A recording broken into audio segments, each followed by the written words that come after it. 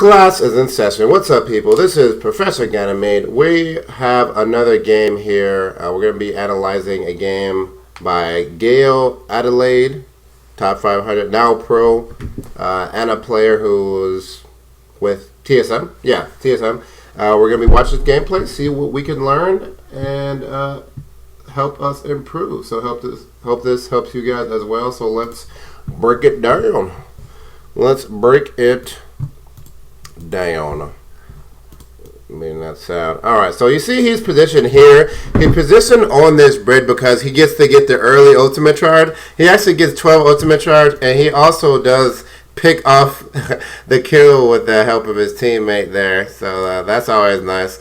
Now he's at 15 ultimate charge, just get a little bit of healing. He's in this position and this high ground, which is really nice. It makes it so, again, the Winston has to jump in on him. He's able to hit the easy sleep dart and then the easy grenade here. Now the Pharah actually has to put herself in a pretty vulnerable position in order to try to get him as well, and he's able to hit his shots, and they're able to pick up the kill on that Pharah. The Genji tries to get up there as well, using his, but he actually just makes the Genji back off, and then he misses the sleep dart, but does hit the grenade. And he does call out to his team that he got the anti. Now he sees that ally is low, and he's able to quick scope. He quick scopes a lot. You'll notice that he does use his quick scope a lot. Then his second shot is usually while still scoped. He is very accurate with those quick scope. But you saw that when he was healing the Hanzo, he did miss his first quick scope. But that's fine. Getting used to the quick scope is very important. It makes Ana more mobile, more accurate in the long run. He does hit the sleep dart on that D.Va. That's really good, especially with D.Va facing away from the Ana. The thing about D.Va is that she's really hard to hit with cooldowns because of her defense matrix. But your defense matrix doesn't work if she's facing away from you. So he's able to take advantage of that and hit the sleep dart on her. Now he's going to use the teleporter, move into this room. Now this is a very aggressive position, but it's a position he can hold because his team has moved forward here. So he's actually using his Reinhardt. This position is really great. Not only is he able to have slight high ground, he has good angles on the enemy team, so he can just drop down constant damage. But there's Torbjorn, there's a Symmetra turret in there as well, so reinforces his position. And there's a health pack behind him, a big health pack that will heal up 250 health. And then he's able to move up to a high ground. Now that Pharah is actually trying to kill him, but now he's going to go get the big health pack. Pharah actually tried to shoot at him, but she did miss that. And he's still going to keep this position over here in this room. That just gives him real good access. Now, here you see that the Pharah is backing off. Like, the Pharah doesn't want any of this Ana. Especially when Ana has both of her cooldowns available, the sleep and the grenade, gives her a really huge advantage if you're able to reliably hit your shots.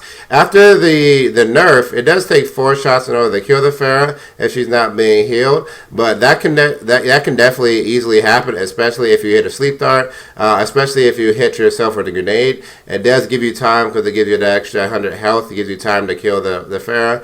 Now, because he's right next to corners, he's able to just back out of line of sight whenever when the Pharah drops down that dresses.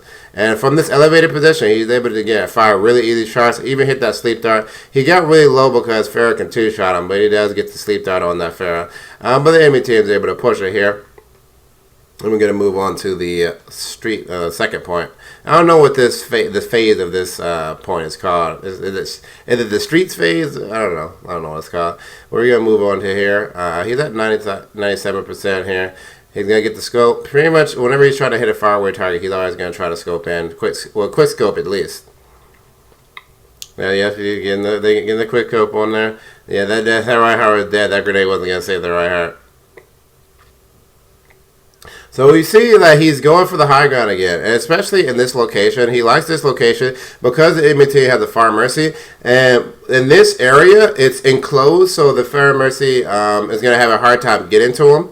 And if Pharah comes through this little doorway here, she's gonna have a bad time because he'll be able to land sleep dart. Now he's gonna fight this D.Va, and the thing about D.Va is if you move correctly, she has a really hard time fighting you. This D.Va just gave up because she knows she can't kill the Gale's Ana. I mean, she's really easy to hit. And then he lands a sleep dart and the grenade on the mini D.Va once she gets out of the max. So he just kind of obliterated her.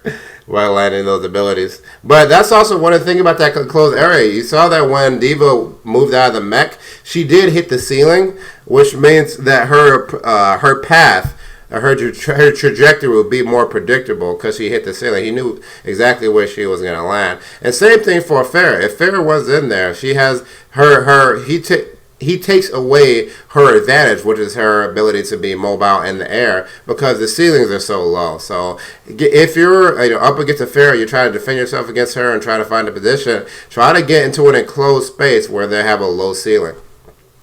No, he's just going to play back and consistently heal his team here. He's going to move over here by this wall, and then he also, in this position, he's also able to back out. He has 2 escape routes. He can either move over here and go to that health pack room, or he can move directly behind him and go up the stairs.